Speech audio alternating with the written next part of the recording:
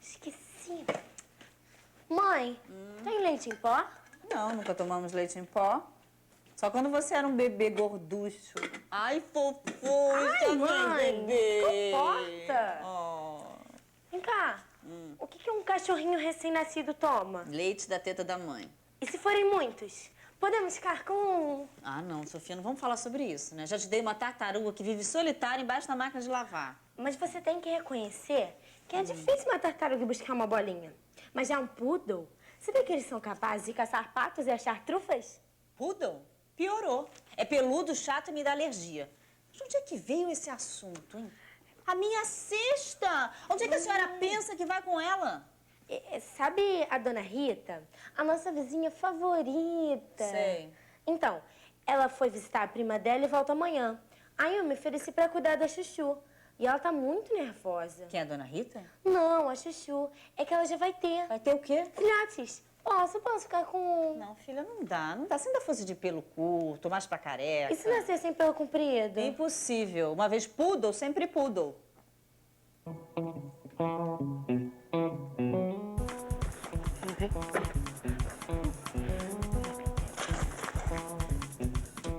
Oi, Sofia. Oi, Pedro. Tudo bom? E aí, vai fazer um piquenique? Não, eu tô montando uma maternidade na casa da dona Rita. Quer me ajudar? Ah, e depois eu vou me aprofundar nas origens do poodle.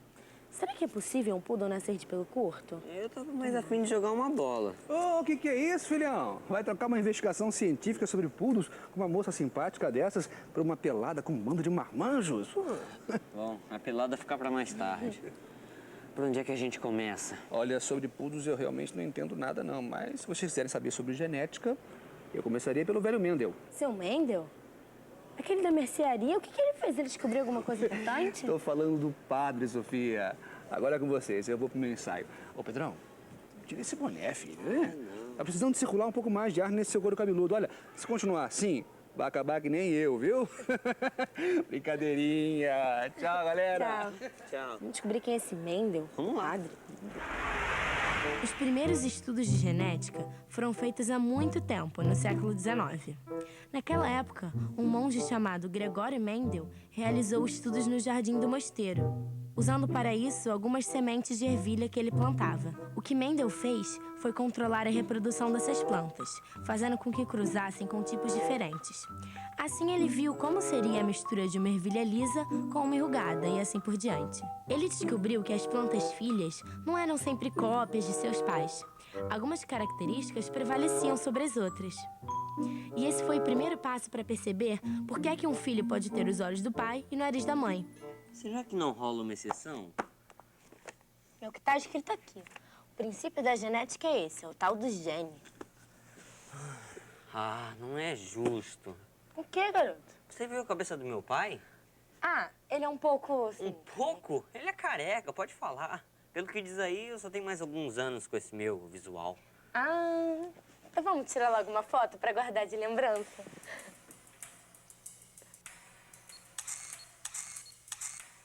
Falando sério, Sofia, eu tô muito interessado nesse assunto. Será que é tudo uma questão de genética? E a minha mãe? Ela também conta, ela tem um cabelão. Quem sou eu para te responder uma pergunta dessas? Meu pai tem bigode e eu não. Ainda bem. Uma coisa eu sei, a resposta tá no tal do DNA. É o que o livro diz. Mas será que um poodle também tem DNA? É claro que tem, senão é de pelúcia, é um ser vivo como nós. Mas vamos por partes, vamos investigar a minha careca ou o cabelão do poodle. No momento, eu tô mais interessada em ganhar um filhote. Mas o que diz aí sobre o DNA? Bom, DNA tá aqui. Olha aqui, parece uma cobrinha enrolada. O DNA está presente no núcleo de todas as nossas células.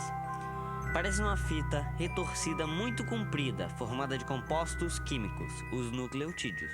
E cada grupo de nucleotídeo forma um gene. Os genes são instruções para formar cada pedacinho dos seres vivos e cada substância produzidas por suas células. Alguns genes definem, por exemplo, a cor dos seus olhos ou o tipo de seu cabelo.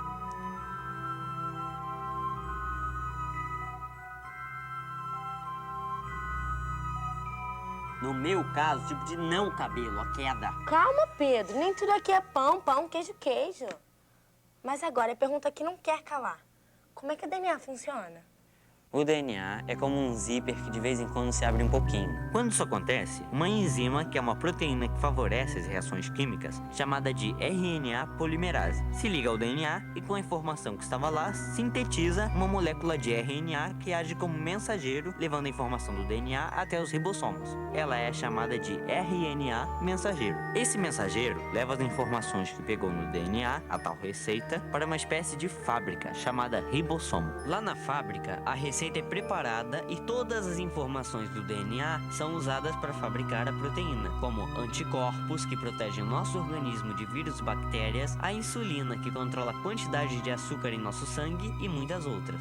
Sei lá, eu tô confuso. A ervilha eu entendi, mas a minha careca e o cabelão do poodle ainda não. Como esse DNA passa de pai para filho? Não sei. Vamos descobrir? Vamos.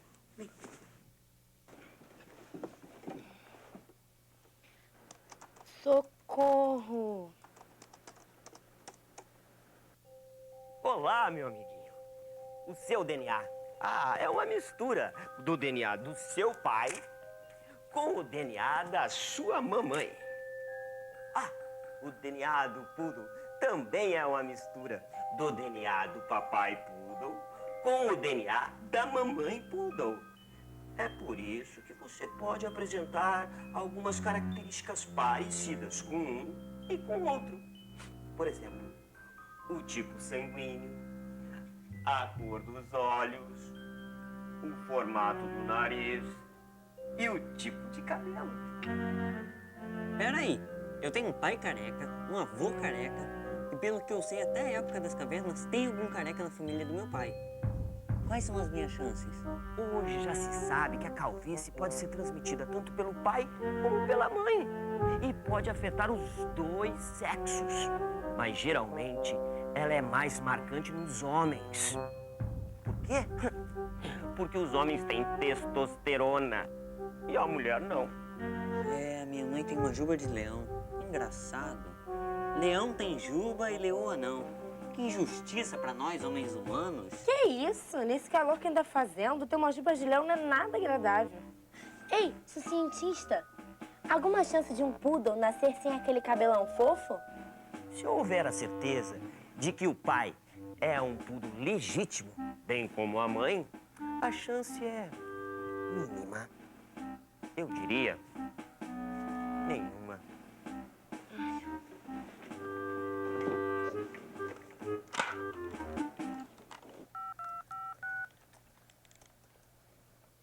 Dona Rita! Não, ainda não. Tá tudo bem, tá tudo bem. Mas me responde uma coisa. Quem é o marido da Chuchu? A senhora não sabe? Que espécie de mãe a senhora é? Vamos esperar nascer então. Vai ser uma surpresa. O meu DNA é uma mistura do seu DNA com o da mamãe. E o meu é uma mistura do DNA do seu avô com o da sua avó. E assim vamos indo até os nossos ancestrais. Mas sabia que 90% dos nossos genes são iguais aos do macaco? Mas os 10% que sobram fazem toda a diferença. Mas eu poderia ter saído igual um só de vocês, por exemplo? Não. Um filho nunca vai sair totalmente igual ao pai ou à mãe. Porque a combinação do DNA dos dois resulta numa mistura única. Que é você, filhão. Ai, que fofo! Mas os gêmeos idênticos, eles têm o mesmo DNA? Eles têm, mas o DNA não explica tudo. Se um gêmeo comer mais do que o outro, ele vai ficar mais gorducho. Se ele tomar mais sol, ele vai ficar mais moreno. Por aí vai, né? A Laura é um amor, mas a Júlia... Deus me livre, é muito invocada. Ah, mas isso vai de cada um, né, gente? Elas são gêmeas e podem até ter recebido a mesma educação, mas isso não quer dizer que tenham os mesmos comportamentos, nem os mesmos talentos. É, cada um do seu quadrado. Mas espera aí, doença passa de pai para filho? Aí depende da doença. Resfriado não, mas diabetes pode passar. Por isso que a medicina genética, através do projeto Genoma, criou uma enorme expectativa em relação ao tratamento das doenças geneticamente transmissíveis. Que projeto é esse? É um projeto coletivo de cientistas do mundo inteiro que se propuseram mapear o conjunto de todos os genes que formam os seres humanos. Isso foi considerado um dos trabalhos mais importantes da história da ciência. Ah, pai, eu tenho uma novidade. Talvez eu não fique mais careca. Tudo depende de como o seu DNA se ligou com o da mamãe, neste item específico. O que é pra ofender agora, rapaz? Não, é que eu sou muito novo e você tem chá. Ah, muito charme. Eu adoraria que lá no Maracanã gritassem pra mim: senta aí, ô charmosão! Mas é pouca abelha, aeroporto de mosquito e por aí vai, né? Peraí, se cada ser humano é um único, então no mundo existem, tipo, bilhões de DNAs. Hã? Bom, hora de partir. Vambora, filhão? Não, vocês podem ficar pro jantar. Comprei umas ervilhas fresquinhas no armazém do seu Mendel. A gente quer sair, mas a genética chama de volta. Ih, deve ser a Dona Rita. Ah, claro, Dona Rita. Pode deixar que eu vou cuidar dela. Tchau, tchau. Mãe! Ai, meu Deus. Olha, vem ver aqui. Ai, Sofia, o que esse cachorro tá fazendo aqui? Ai, mãe, não falou assim da Chuchu. É que a Dona Rita, ela vai sair hoje à noite.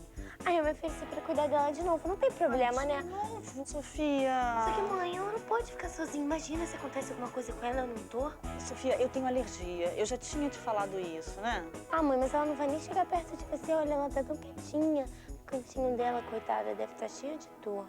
Ai, tadinha, é verdade. É, até que ela é bonitinha mesmo. É. Ai, ai, ai. Não pode.